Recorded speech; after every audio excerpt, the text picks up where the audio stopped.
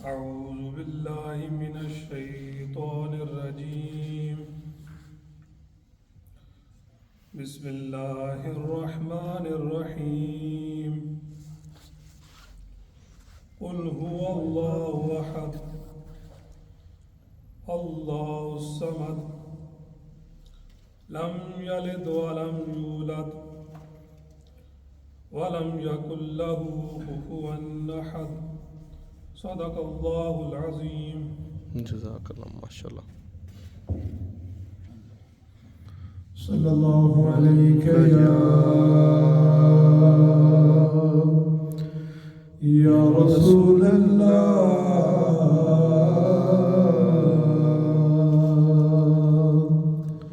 وسلم علیک یا حبیب اللہ صلی اللہ علیہ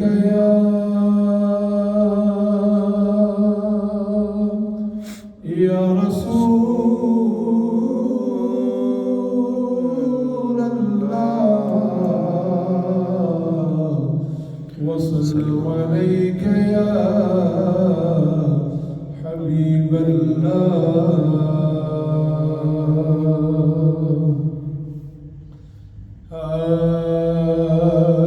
لمحہ لمحہ شمار کرتے ہیں، لمحہ لمحہ شمار کرتے ہیں، اور آپ کا انتظار کرتے ہیں. سبحان اللہ. نسیم جانب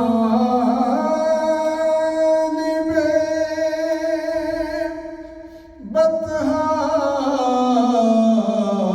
گزر کن، نسیم جانب بطحا گزر کن،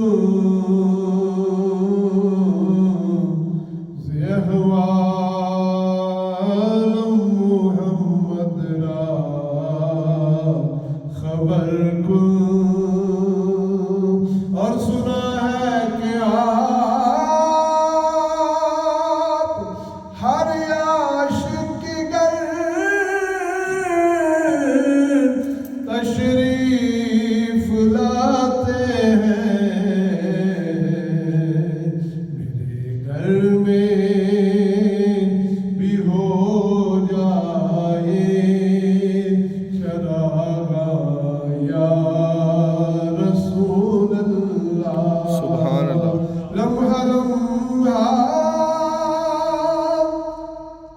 شمار کرتے ہیں،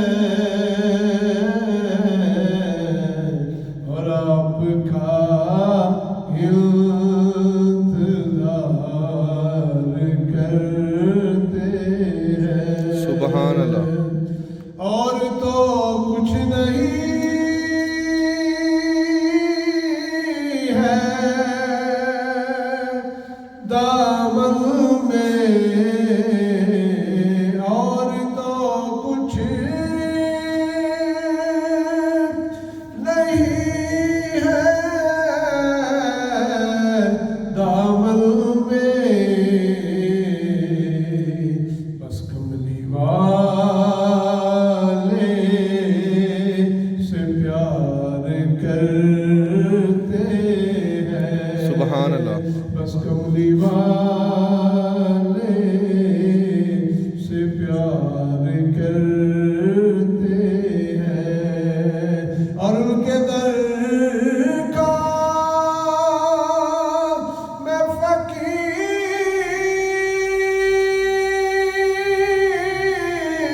ہوں جل کی،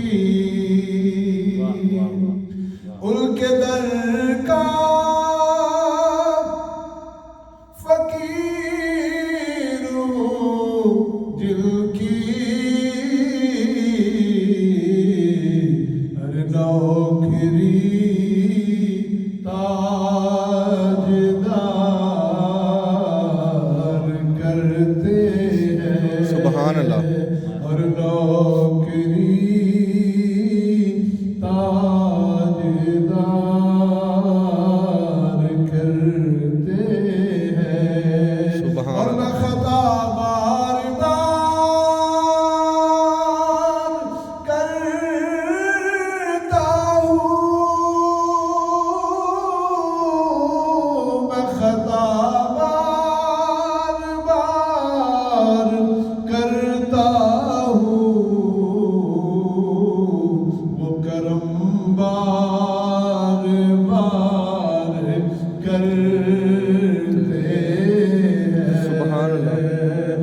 کرم بار بار کرتے ہیں،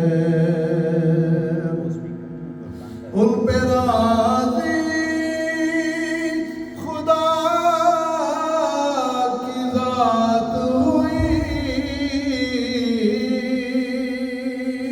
ان پہ راضی خدا کی ذات ہوئی۔ ارے مصطفیٰ سے جو پیار کرتے ہیں، سبحان اللہ۔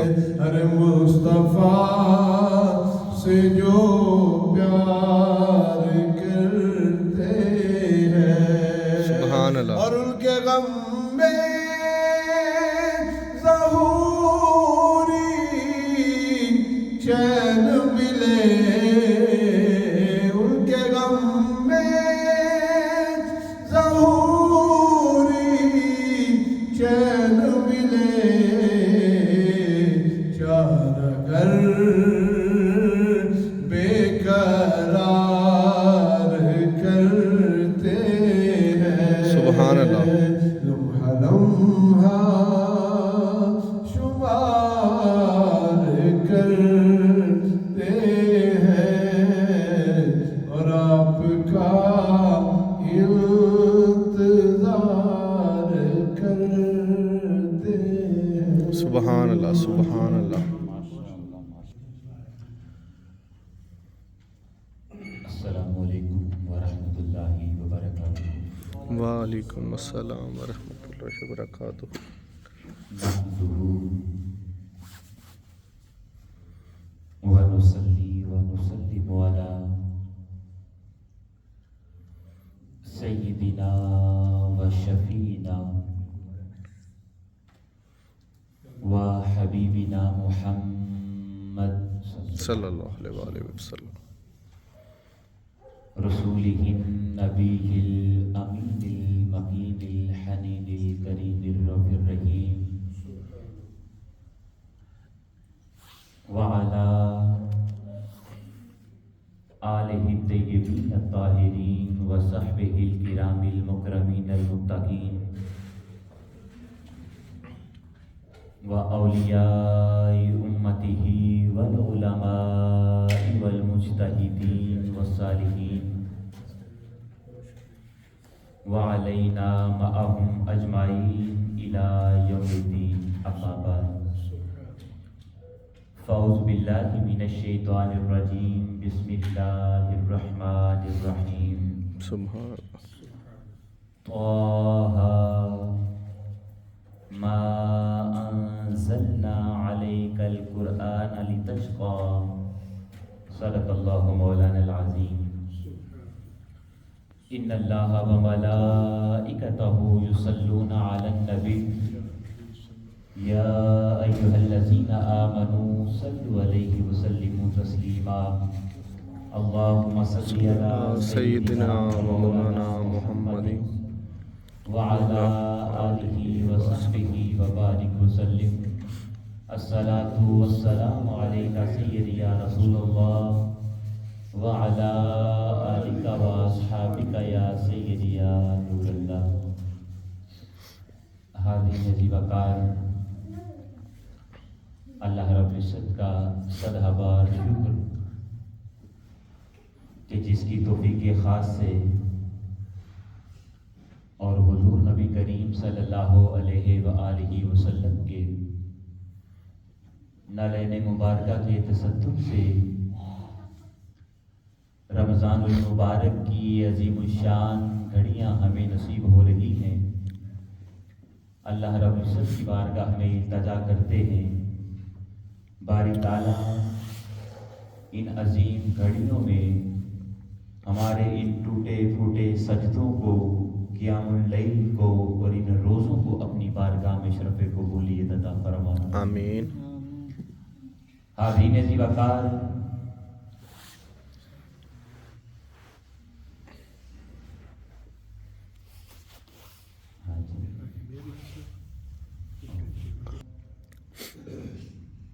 جیسا کہ آپ کو معلوم ہے کہ اس وقت ہمارا روزانہ کی بنیاد پر جو درس قرآن چل رہا ہے، ہمارے پاس اتنا وقت ہوتا ہے، اسی وقت میں رہتے ہوئے قرآن کریم کی 1 یا 2 صورتوں کا تعارف اور خلاصہ آپ کے گوش گزار کرنے کی ہم سعادت حاصل کرتے ہیں۔ آج کی اس نشست میں انشاءاللہ سورہ طٰہٰ کا تعارف اور خلاصہ آپ کے گوش گزار کیا جائے گا۔ اگر وقت ہوا تو اگلی صورت کو میں ساتھ بیان کر دوں گا، ورنہ اسی صورت پر اکتفا کریں گے۔ حاضرین محترم، سورہ طٰہٰ کے متعلق تفسیر خازن کے اندر جو ہمارے پاس روایت موجود ہے، اس میں آتا ہے کہ رب کائنات نے سورہ طٰہٰ کو مکہ المکرمہ میں نازل فرمایا۔ سورہ طٰہٰ کے 8 رکوع ہیں اور اس کی 135 آیات کریمہ ہیں۔ جس طرح آپ اس کے نام سے واقف ہیں کہ سورہ کا نام سورہ طٰہٰ ہے، اس کے پیچھے وجہ کیا ہے؟ وجہ یہ ہے کہ سورہ کی ابتدا رب کائنات نے آقا علیہ السلام کے اسم مبارک سے فرمائی ہے۔ آپ جانتے ہیں کہ حضور نبی کریم صلی اللہ علیہ وآلہ وسلم آپ کے کثیر اسم گرامی ہیں، آپ کے نام ہیں۔ اگر آپ بعض قرآن کریم جو ہیں ان کو بھی اینڈ پر دیکھیں تو ایک طرف اللہ رب العزت کے 99 نام لکھے ہوتے ہیں، 99، اور دوسری طرف آقا علیہ السلام کے نام لکھے ہوتے ہیں۔ انہی ناموں میں سے ایک نام تاجدار کائنات صلی اللہ علیہ وآلہ وسلم کا طٰہٰ بھی ہے۔ سبحان اللہ۔ تو رب کائنات نے چونکہ اس سورہ کی ابتدا لفظ طٰہٰ اور تاجدار کائنات کے اسم گرامی سے فرمائی ہے، اس لیے اس سورہ کا نام سورہ طٰہٰ رکھا گیا۔ اس کے اگر فضائل کی بات کروں تو موسم کبیر کے اندر ایک روایت موجود ہے، حضرت معقل بن یسار رضی اللہ تعالیٰ عنہ آپ روایت کرتے ہیں، حضور نبی کریم صلی اللہ علیہ وآلہ وسلم نے ارشاد فرمایا کہ رب کائنات نے مجھے سورہ بقرہ اپنے ذکر سے عطا فرمائی ہے، اور اسی طرح پھر آگے ارشاد فرمایا سورہ طٰہٰ جو آج کی ہماری سورہ ہے، جس کی تفصیل ہم آپ کی گوش گزار کرنے کی سعادت حاصل کریں گے، فرمایا کہ سورہ طٰہٰ اور سورہ الطور اس کو خالق کائنات نے موسیٰ علیہ السلام کی تختیوں سے مجھے عطا فرمایا ہے۔ سبحان اللہ۔ اور پھر ارشاد فرمایا کہ سورہ فاتحہ اور سورہ بقرہ کی جو آخری آیات کریمہ ہیں، یہ رب کائنات نے مجھے عرش کے نیچے جو خزانے ہیں وہاں سے عطا فرمائی۔ سبحان اللہ۔ اور پھر ارشاد فرمایا کہ جو دوسری مفصل صورتیں ہیں، جو بڑی صورتیں ہیں، یہ اللہ رب العزت نے مجھے اضافی طور پر عطا فرمائی۔ سبحان اللہ۔ حاضرین محترم، دوسری روایت بڑی خوبصورت آقا علیہ السلام کی حدیث مبارکہ ہے۔ ارشاد فرمایا، اس کو روایت کرنے والے حضرت ابو ہریرہ رضی اللہ تعالیٰ عنہ ہیں۔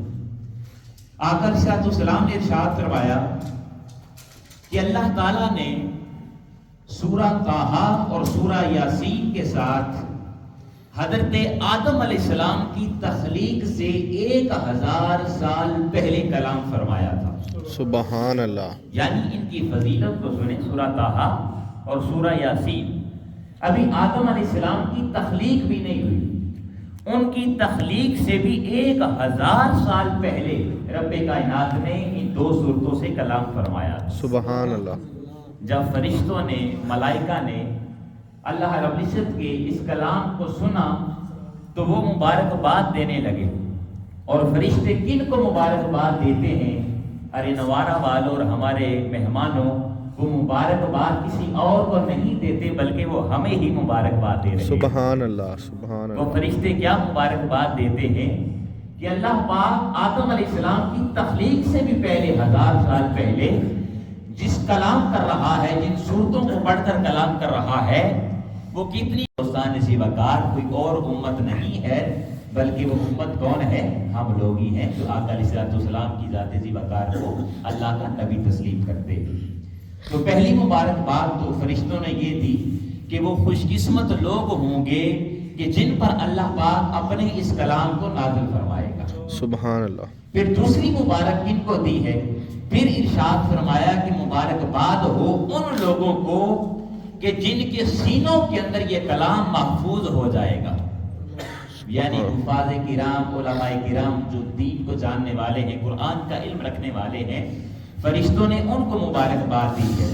اور تیسری مبارکباد کن کو دی ہے؟ وہ سب مسلمانوں کو مبارکباد دی ہے. وہ کیسے؟ ارشاد فرمایا کہ مبارکباد ہو ان لوگوں کے لیے کہ جو اس کلام کی تلاوت کرنے والے ہوں گے، سبحان اللہ. اس قرآن کی تلاوت کرنے والے ہوں گے، اس قرآن کو پڑھنے والے ہوں گے. تو فرشتوں نے 3 طبقات کو مبارکباد دی ہے. حاضرین سی وقار، اب اگلی روایت جو ہے الروض الانف کے اندر موجود ہے. حضرت عمر فاروق رضی اللہ تعالیٰ عنہ، آپ نے ابھی اسلام قبول نہیں کیا تھا. اسلام قبول کرنے سے پہلے حضرت عمر فاروق رضی اللہ تعالیٰ عنہ، آپ نے جب سورہ طٰہٰ کی چند آیات کریمہ تلاوت اس کی سنی تو آپ پکار اٹھے، یہ کتنا حسین اور خوبصورت کلام ہے جو رب کائنات نے نازل فرمایا. سبحان اللہ. اور اس کے بعد حضرت عمر فاروق رضی اللہ تعالیٰ عنہ آپ ایمان قبول کر لیتے ہیں، دائرۂ اسلام میں داخل ہو جاتے ہیں. اگر سورہ طٰہٰ کے میں مضامین کی بات کروں تو میں تیزی کے ساتھ ان کے مضامین بیان کر دیتا ہوں، اور میں چاہتا ہوں کہ اگلی اگر سورہ کمپلیٹ ہو جائے تو بہتر ہے. اس کے اندر رب کائنات نے جس طرح دوسری صورتوں کے اندر اپنی توحید کی بات فرمائی ہے، پھر اسی طرح حضور نبی کریم صلی اللہ علیہ وآلہ وسلم کی نبوت و رسالت کی بات فرمائی ہے، پھر مرنے کے بعد انسان کو دوبارہ زندگی عطا فرمائی جائے گی، اس کی بات فرمائی ہے. تو سورہ طٰہٰ کے اندر بھی یہ تمام مضامین رب کائنات نے بیان فرمائے. پھر اسی طرح قرآن کریم کے متعلق آقا علیہ السلام کے مشقت میں پڑ جانے کے متعلق اللہ رب العزت نے ایک آیت کریمہ کا نزول فرمایا اور ارشاد فرمایا. یہ سورہ طٰہٰ کی آیت نمبر 2 ہے. ارشاد فرمایا ما انزلنا علیک القرآن لتشقی. حضور علیہ السلام جو ہیں وہ ساری رات کھڑے ہو کر نوافل ادا کرتے تھے، خدا کے حضور عبادت میں رہتے تھے، قرآن کی تلاوت کرتے تھے. تو رب کائنات نے ارشاد فرمایا کہ محبوب مکرم، ہم نے قرآن کو اس لیے نازل نہیں کیا کہ آپ مشقت میں پڑ جائیں. اور روایات میں آتا ہے کہ حضور علیہ السلام قرآن سے اتنی محبت کرتے تھے کہ ساری رات کھڑے ہو کر عبادت کرتے تھے، نوافل ادا کرتے تھے، یہاں تک کہ تو آقا علیہ السلام کے جو پاؤں مبارک ہیں وہ بھی سوج جاتے تھے. تو اللہ رب العزت نے آیت کریمہ کا نزول فرمایا اور ارشاد فرمایا کہ محبوب مکرم، ہم نے قرآن کو اس لیے نازل نہیں کیا کہ آپ مشقت میں پڑ جائیں. اے محبوب مکرم، آپ تھوڑا سا آرام بھی فرما لیا کریں. سبحان اللہ. یہ اللہ رب العزت نے اپنے محبوب سے محبت کی ادا کو بیان فرمایا ہے. پھر سورہ طٰہٰ کے اندر خالق کائنات نے حضرت موسیٰ علیہ السلام اور فرعون کا مکمل واقعہ بیان فرمایا ہے. پہلے بھی بہت ساری صورتوں کے اندر یہ واقعات گزر چکے ہیں کہ کس طرح اللہ رب العزت نے موسیٰ علیہ السلام کو بچایا. آپ جانتے ہیں کہ کاہنوں نے، جو جادوگر تھے، انہوں نے فرعون کو بتا دیا تھا کہ ہم نے دیکھا ہے کہ ابھی جو بھی بچہ ایک جنم لے گا آپ کی حکومت کے اندر تو وہ آپ کی حکومت کے لیے خطرہ کا سبب بنے گا. تو فرعون نے اعلان کر دیا تھا کہ جس عورت کے ہاں بھی بیٹا پیدا ہو اس بیٹے کو قتل کر دیا جائے. بیٹا پیدا ہو تو قتل کر دیا جائے، اگر بیٹی پیدا ہو تو اس کو بولیے اس کو زندہ رکھا جائے، اس کو زندہ رکھا جائے. بیٹا پیدا ہو تو اس کو قتل کر دیا جائے. حاضرین محترم، جو فرعون کے کرندے تھے انہوں نے ایسے ہی کیا. جس عورت کے ہاں بھی بیٹا پیدا ہوتا وہ اس کو قتل کر دیتے تھے.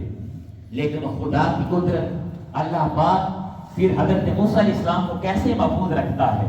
جی، آپ کی والدہ کے ہاں جب موسیٰ علیہ السلام نے جنم لیا تو وہ آپ کو صندوق کے اندر بند کر کے، لکڑی کے صندوق کے اندر بند کر کے دریا کے اندر، نہر کے اندر بہا دیتی ہے.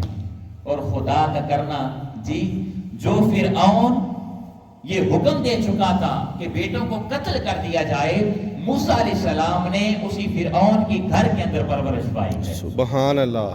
اسی کے گھر میں پروان چڑھے. پھر اس کو بیان فرمایا، پھر حضرت ہارون علیہ السلام اور موسیٰ علیہ السلام کو پھر رب کائنات نے حکم دیا کہ جائیے اور فرعون کو اب میری توحید کی دعوت دیں۔ پھر جادوگروں کے ساتھ جو فرعون کے دربار میں مکالمہ ہوا تھا، اس مکالمے کو بھی رب کائنات نے بیان فرمایا ہے۔ المختصر حضرت موسیٰ علیہ السلام اور فرعون کا سارا واقعہ تفصیل کے ساتھ رب کائنات نے سورہ طٰہٰ کے اندر بیان فرمایا ہے۔ پھر اسی طرح دوستان سی وقار اگلا مضمون رب کائنات نے ارشاد فرمایا ہے کہ جو لوگ قرآن سے منہ پھیر لیتے ہیں، قرآن کو ایکسپٹ نہیں کرتے، اس پر ایمان نہیں لاتے اور پھر اس کی ہدایت کو قبول نہیں کرتے، تو ان کے لیے اللہ پاک نے جہنم کی سزا کو بیان فرمایا ہے۔ پھر قیامت کی ہولناکیاں بیان کی گئی ہیں کہ قیامت والے دن جو مجرم ہوں گے ان کے کیسے احوال ہوں گے۔ ارشاد فرمایا کہ رحمان کے جلال سے، یعنی خالق کائنات کے جلال سے وہ انسان اپنی آواز کو پست کیے ہوں گے، کسی کے اندر اتنی جرت نہیں ہوگی کہ وہ وہاں پر کلام کر سکے۔ پھر وہاں پر قیامت والے دن کسی انسان کی بھی سفارش قبول نہیں کی جائے گی۔ ہاں، سب سے پہلے قیامت میں جس ہستی اور ذات کی سفارش کو قبول کیا جائے گا وہ ہمارے پیارے رسول حضرت محمد مصطفیٰ صلی اللہ علیہ وسلم۔ سبحان اللہ۔ اسی طرح دوستان سی وقار اللہ رب العزت نے سورہ طٰہٰ کے اندر اگلا جو واقعہ بیان کیا ہے وہ حضرت آدم علیہ السلام کا اور ابلیس کا واقعہ بیان کیا ہے، پہلے بھی کئی مرتبہ گزر چکا ہے۔ پھر اللہ رب العزت کی ہدایت سے روگردانی کرنے والے جو کفار ہیں، مشرکین ہیں، ان کا انجام کیا ہوگا اس کو بیان کیا گیا ہے۔ پھر آقا علیہ السلام کو کفار اذیت دیتے تھے، حضور علیہ السلام کو تکلیف دیتے تھے، تو اللہ رب العزت نے ارشاد فرمایا فاصبر، اے محبوب مکرم آپ صبر کیجئے، علی ما یقولون وسبح بحمد ربک۔ اے محبوب مکرم، کفار آپ کو تکلیف دیتے ہیں، آپ کو مصیبت میں مبتلا کرتے ہیں، آپ ان کی مصیبتوں پر صبر کیجئے اور ہمیشہ اللہ رب العزت کی بارگاہ میں خدا کی حمد بھی کرتے رہیں اور اللہ رب العزت کی تسبیح بھی بیان کرتے رہیں۔ سبحان اللہ۔ اور یہاں پر رک کر میں آپ کو ایک جملہ بیان کرنا چاہتا ہوں کہ دیکھیں، دین اسلام اور کوئی بھی نیک عمل جب ہوتا ہے، انسان جب نیک راستے پر چلتا ہے تو اس کے راستے میں رکاوٹیں آتی ہیں۔ یہ میرے سامنے انتظامیہ کے لوگ، اعجاز صاحب، اکرم صاحب، ہدایت صاحب، یہ جملہ احباب آپ لوگ بیٹھے ہوئے ہیں، یہ آپ کے لیے بیان کر رہا ہوں کہ جب بھی کوئی بندہ حق پر ہوتا ہے تو اس کے راستے میں رکاوٹیں بھی آتی ہیں، لوگ تانے بھی دیتے ہیں، لوگ تشریح بھی کرتے ہیں، لوگ باتیں بھی کرتے ہیں جی کہ ہم پتہ نہیں پیسے دیتے ہیں اور مسجد پر لگتے بھی ہیں یا نہیں لگتے، یہ کہاں پر خرچ کر دیتے ہیں جی، ان کے مصارف کیا کیا ہے۔ تو یاد رکھیے، یہ اگر ہم ہسٹری اٹھا کر دیکھ لیں، حضرت آدم علیہ السلام سے لے کر آج تک جو بندہ بھی حق کے راستے پر چلا ہے تو اس کے راستے میں لازماً مصیبتیں اور رکاوٹیں آئی، پریشانیوں کا سامنا کرنا پڑا ہے۔ اور یہاں پر ایک اور جملہ بھی بیان کر دیتا ہوں کہ اگر کسی بندے کا کوئی دشمن نہ ہو یا اس کے راستے میں کوئی تکلیف نہ آئے، کوئی پریشانی نہ آئے، تو اس کو اپنی ذات پر دوبارہ نظر ثانی کرنی چاہیے کہ آیا کہ میں حق کے راستے پر چل بھی رہا ہوں یا نہیں۔ سبحان اللہ۔ اب بات سمجھ رہے ہیں نا جی، حق کے راستے پر جو بندہ چلتا ہے، نیت کے ساتھ، اخلاص کے ساتھ جو بندہ کام کرتا ہے، یاد رکھیے اس کے راستے میں رکاوٹیں بھی آتی ہیں، لوگ تانے بھی دیتے ہیں۔ میں یہاں پر چھوٹا سے اشارہ دے دیتا ہوں۔ اب دیکھیے، حضور شیخ الاسلام ڈاکٹر محمد طاہر القادری مدد اللہ علیہ، آپ دین اسلام کا فریضہ سر انجام دے رہے ہیں، اس کی سربلندی کے لیے دن رات کوشاں ہیں، پورے یورپ کے اندر، پوری دنیا کے اندر مراکز قائم ہے۔ جس کو دین کی الف بے کا نہیں پتا وہ بھی کہتے ہیں کہ مجھے حضور شیخ الاسلام سے اختلاف ہے۔ اب پتہ نہیں ہے کہ اختلاف کس بات کا ہے، لیکن وہ بھی اختلاف کر رہا ہے۔ خدا را تھوڑا سا ہمیں نظر ثانی کرنے کی ضرورت ہے اپنی ذاتوں پر۔ یہ جو چھوٹے چھوٹے معصوم بچے یہاں پر بیٹھے ہیں، اگر یہ مراکز یورپ کے اندر قائم نہ ہوتے تو ان کے ایمان کی ضمانت کون دے سکتا تھا جی؟ ان کی تربیت کہاں سے ہوتی اگر یہ منہاج القرآن کی کثیر تعداد میں جو پوری دنیا کے اندر اور بالخصوص یورپ کے اندر مراکز پائے جاتے ہیں؟ تو اس پر اللہ رب العزت کی ذات کا جتنا شکر ادا کرے تو شکر ادا کرنا کم ہے۔ اور خدا را دوستان ذی وقار ایک اور جملہ آج کرنا چاہتا ہوں، بالخصوص یہ جو ہمارا مسلک ہے، ہم جب تک کوئی بندہ زندہ ہوتا ہے ہم اس کی قدر نہیں کرتے، اس کی اس نعمت کو پہچانتے نہیں ہیں کہ یہ بندہ اللہ پاک کی کتنی بڑی نعمت ہے ہم پر. لیکن جو ہی رخصت ہو جائے گا پھر ہم آسان طریقے سے جنازے کا بھی اہتمام کریں گے, پھر اس کے لیے کل خانے کا بھی اہتمام کریں گے, پھر اس کی قبر پر پھول بھی چڑھائیں گے, اس کی قبر پر چادریں بھی چڑھائیں گے, فاتحہ خوانی بھی ہوگی, لنگر بھی تقسیم ہوں گے جی. لیکن جب تک وہ بندہ زندہ ہے تو اس وقت ہم قدر, یہ تو علماء کرام ہے نا, ان کی بات کر رہے ہیں. اسی طرح بوڑھے والدین ہیں, ان کی بات کر لیں. ہم میں سے اکثر بہت سارے لوگ ایسے ہوں گے, الا ماشاءاللہ جب بات کی جاتی ہے تو اکثر کو ملحوظ رکھ کے بات کی جاتی ہے جی. ایسے لوگ ہوں گے کہ ساری زندگی والدین کی خدمت نہیں کرتے, ان کے لیے ممکن ہے دوائی بھی بڑی مشکل سے ان کا بندوبست کرے, کھانے پینے کا بندوبست بڑی مشکل سے کرے, لیکن جو ہی وہ انتقال کر جائیں گے تو سوشل میڈیا پر اپلوڈ کریں گے جی. پھر اپلوڈ کریں گے جی والد صاحب کا, والدہ صاحب کا فلاں ٹائم پر جنازہ ہے, فلاں دن کل کا اہتمام کیا جائے گا. سب کچھ کرنا جائز ہے, میرا تعلق بھی اسی مسلک کے ساتھ ہے. ہم سب کرتے ہیں, جنازے کا بھی اہتمام کرتے ہیں, کل خانے کا پھول بھی چڑھاتے ہیں, چادریں بھی چڑھاتے ہیں. لیکن خدا را عرض کرنا بس اتنا مقصود ہے کہ جب تک کوئی بندہ زندہ ہوتا ہے ہمیں زندگی کے اندر اس بندے کی خدمت کرنے کی ضرورت ہوتی ہے, بے شک, اور اللہ کی اس نعمت کو پہچاننے کی ضرورت ہوتی ہے. بے شک. پھر دوستان سی وقار, سورہ طٰہٰ کا جو آخری مضمون اللہ رب العزت نے بیان فرمایا ہے وہ یہ ارشاد فرمایا ہے کہ کفار مشرکین آقا علیہ السلام سے فرمائشی معجزات طلب کرتے تھے, حضور سے معجزات طلب کرتے تھے کہ اگر آپ یہ نشانی لے آئیں اللہ رب العزت کی طرف سے تو ہم آپ کی ذات پر ایمان لے آئیں گے, اللہ کی ذات کو تسلیم کر لیں گے. تو رب کائنات نے کیا ارشاد فرمایا؟ ارشاد فرمایا وَقَالُوا لَوْلَا يَأْتِينَا بِآيَةٍ مِّن رَّبِّهِ أَوَلَمْ تَأْتِهِمْ بَيِّنَةُ مَا فِي الصُّحُفِ الْأُولَىٰ. ارشاد فرمایا کہ محبوب مکرم, یہ کفار, یہ مشرکین آپ سے نشانیاں طلب کرتے رہتے ہیں, آپ کو کہتے ہیں کہ ابھی چاند کے ٹکڑے کر کے دکھائیں تو ہم آپ پر ایمان لے آئیں گے. اگر فلاں درخت جو ہے وہ چل کر آپ کو سجدہ کرنے کے لیے آ جائے تو ہم ایمان لے آئیں گے, اگر آپ فلاں کام کر دیں تو ہم ایمان لے آئیں گے.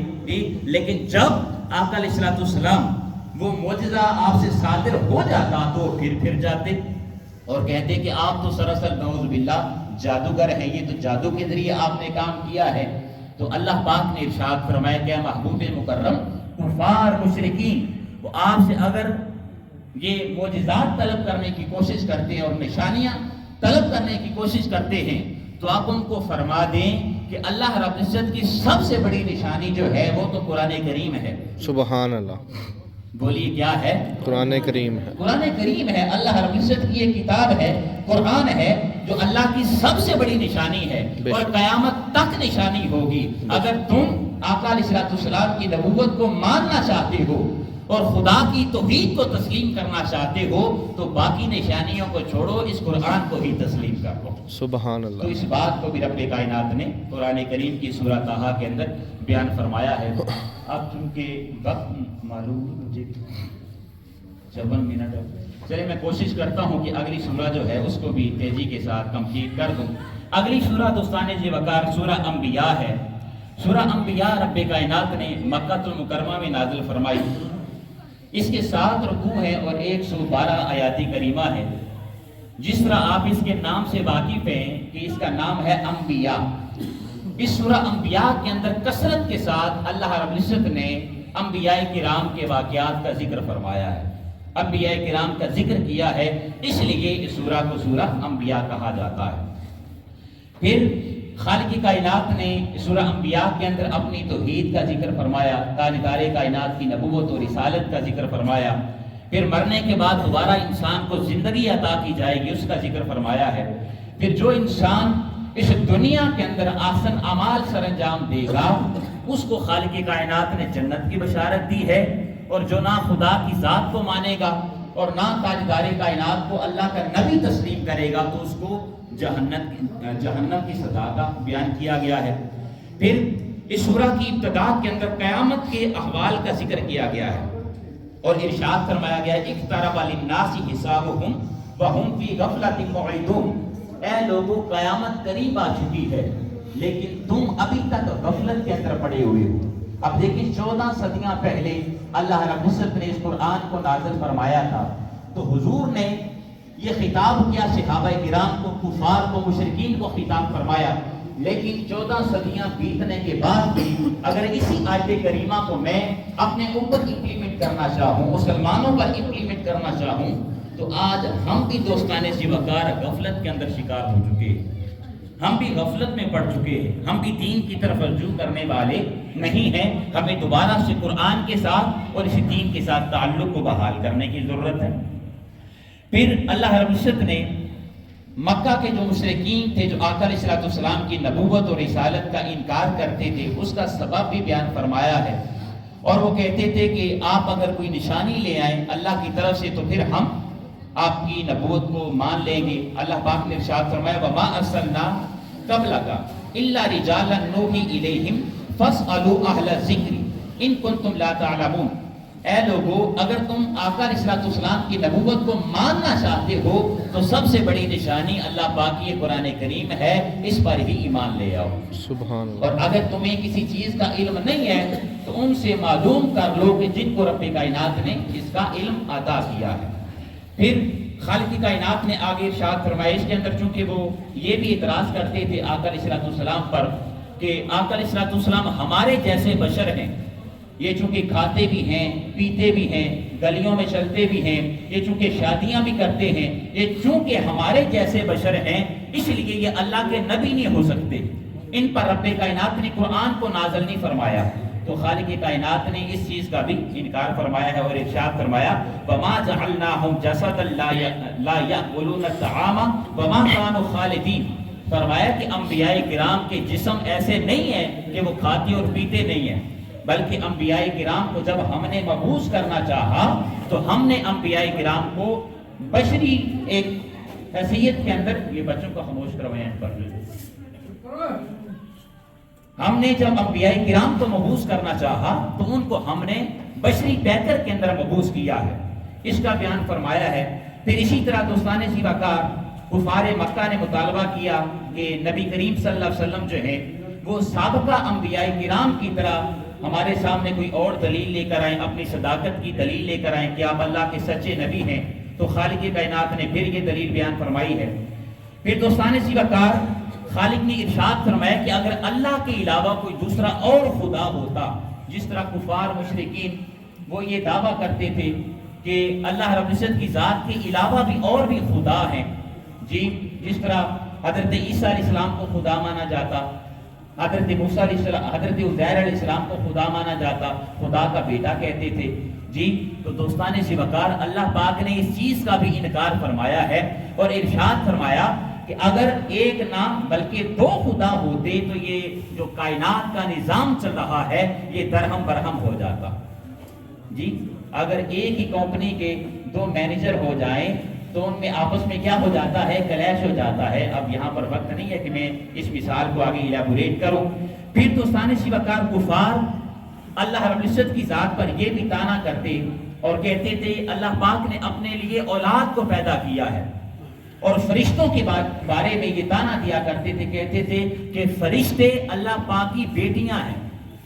کیا کہتے ہیں؟ نعوذ باللہ، فرشتے اللہ کی بیٹیاں ہیں. تو خالق کائنات نے اس کا بھی انکار فرمایا اور ارشاد فرمایا وَقَالُوا اتَّخَذَ الرَّحْمَنُ وَلَدًا سُبْحَانَهُ بَلْ عِبَادٌ مُكْرَمُونَ. فرمایا کہ فرشتے اللہ کی بیٹیاں، بیٹے یا اولاد نہیں ہیں، بلکہ وہ خالق کائنات کی ایسی مخلوق ہے جو اللہ پاک کی عبادت کرنے والی. سبحان اللہ. اس کا بیان فرمایا گیا ہے. پھر کثیر تعداد میں انبیاء کرام کا ذکر کیا گیا ہے، جس طرح اس سورہ کے نام سے ہی واقف ہیں آپ کہ اس کا نام سورہ انبیاء ہے. پھر دوستان ذی وقار قیامت قائم ہونے کی نشانی اور علامت بیان کی گئی ہے کہ قیامت کب قائم ہوگی. اس کی ایک نشانی یہ بیان کی گئی ہے کہ جب یاجوج اور ماجوج ان کے درمیان جو دیوار ہے وہ ٹوٹ جائے گی اور وہ باہر آ جائیں گے تو اس وقت قیامت قائم ہوگی. پھر قیامت کے دن کی ہولناکیوں کو بیان کیا گیا ہے. پھر اسی طرح معبود جو ہیں جن کو کفار مشرکین اپنا معبود کہتے تھے، خدا کے علاوہ ان بتوں کی عبادت کرتے تھے، تو رب نے ارشاد فرمایا کہ تم اور تمہارے معبود جن کی تم عبادت کرتے ہو یہ جہنم کا ایندھن بنے گے، جہنم کی آگ میں چلیں گے. پھر قیامت کی دوسری نشانی بیان فرمائی گئی ہے کہ زمین کو زمین کے ساتھ پلٹا دیا جائے گا، پھر آسمان کو لپیٹ دیا جائے گا، اور اسی طرح دوسری نشانیاں بیان کی گئی ہیں۔ اور آخری بات جو سورہ انبیاء کے اندر بیان فرمائی ہے وہ یہ ہے کہ ہم نے تاجدار کائنات حضرت محمد مصطفیٰ صلی اللہ علیہ وآلہ وسلم کو تمام جہانوں کے لیے باعث رحمت بنا کر مبعوث کیا۔ سبحان اللہ۔ وما ارسلناک الا رحمتا للعالمین، یعنی ہم نے آقا علیہ السلام کو تمام جہانوں کے لیے، اب جہان خواہ یہ دنیا ہو یا جتنی بھی مخلوقات ہوں، یہ انسان ہوں، جنات ہوں، فرشتے ہوں، چرند پرند ہوں، سمندر کی گہرائی میں رہنے والی مخلوقات ہوں، جانور ہوں، پرندے ہوں، گویا کہ جتنے بھی مخلوقات ہیں، آپ یوں سمجھ لیں کہ جن جن مخلوقات کا خدا رب ہے، اللہ پاک رب ہے، ان تمام مخلوقات کے لیے تاجدار کائنات صلی اللہ علیہ وسلم کو اللہ پاک نے باعث رحمت بنا کر مبعوث کر دیا۔ اسی پر اکتفا کرتے ہیں اور اللہ رب العزت کی بارگاہ میں التجا ہے باری تعالیٰ ہم نے جو کچھ سنا ہے اس پر ہمیں عمل کرنے کی توفیق دے۔ آج انشاءاللہ روزہ 54 منٹ پر افطار ہوگا، اور آج کی جو افطاری کا اہتمام ہے محترم حاجی مہر الہی صاحب آپ کی طرف سے اور آپ کے بیٹے حافظ کاشف صاحب کی طرف سے آپ کی دعا کرتا ہوں۔ کاشف لکھا ہوا ہے میرے پاس، حافظ بکاس صاحب ان کی طرف سے۔ اللہم صلی علی سیدنا و مولانا محمد وعلی آلہ وصحبہ وبارک وسلم۔ ربنا آتنا فی الدنیا حسنۃ وفی الآخرۃ حسنۃ وقنا عذاب النار۔ باری تعالیٰ آج کی افطاری کا اہتمام ہمارے ساتھی محترم المقام محترم حاجی مہر الہی صاحب اور حافظ بکاس صاحب کی طرف سے ہے۔ ان کی اس اخلاص کو اپنی بارگاہ میں شرف قبولیت عطا فرما، آمین۔ مولا ان کے رزق میں مزید کشادگی عطا فرما، آمین۔ ان کے جان مال عزتوں میں اپنی برکات کا نزول فرما، آمین۔ مولا ان کے گھروں پر اپنی کروڑوں اور رحمت اور اپنی برکات کا نزول فرما، آمین۔ ان کی خیر فرما، ان کے بچوں کی خیر فرما، ان کی فیملی کی خیر فرما، آمین۔ ان کے گھر کے اندر باری تعالیٰ اگر تکالیف ہیں، پریشانیاں ہیں، مصیبتیں ہیں، اپنے کرم سے ان کو دور فرما، اور تیری بارگاہ میں التجا ہے ان کے خاندان میں اور جملہ افراد جو یہاں پر تشریف فرما ہے، ان کے خاندان میں جو لوگ اس دنیا فانی سے رخصت ہو چکے ہیں، ان کی کامل بخشش و مغفرت فرما، آمین۔ ان کی آخرت کی منازل کو آسان فرما۔ آمین۔ جو ہمارے دوست احباب کیمپ سے تشریف لاتے ہیں، باری تعالیٰ ان کے لیے پیپرز میں آسانیاں پیدا فرما، آمین۔ اور جملہ احباب جو تشریف لاتے ہیں، جو مقصد لے کر منہاج القرآن کے اسلامک سینٹر پر تشریف لاتے ہیں، ان تمام احباب کو ان کے مقاصد میں کامیابی و کامرانی عطا فرما۔ صلی اللہ تعالیٰ علی رسول خیر خلقہ محمد وعلی آلہ وصحبہ اجمعین برحمتک یا ارحم الراحمین بحق لا الہ الا اللہ محمد۔ جائیے بھی کر دیتے ہیں، یہ جو 1 منٹ ہوتے ہیں اس میں انفرادی طور پر دل میں آپ کوئی دعا کر لیا کریں جو بھی اللہ رب العزت کی بارگاہ مانگنا چاہیں، کیونکہ حالت روزہ میں اور بالخصوص یہ وقت ایسا ہوتا ہے کہ جب انسان کی دعاؤں پر اللہ پاک اپنی بارگاہ میں شرف قبولیت عطا فرماتا ہے۔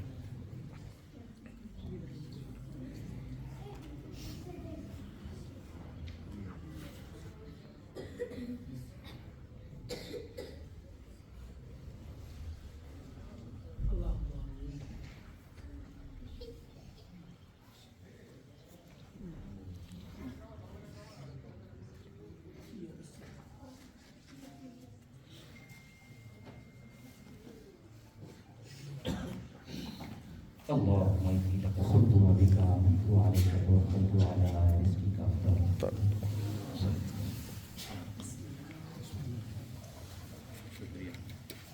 بسم اللہ۔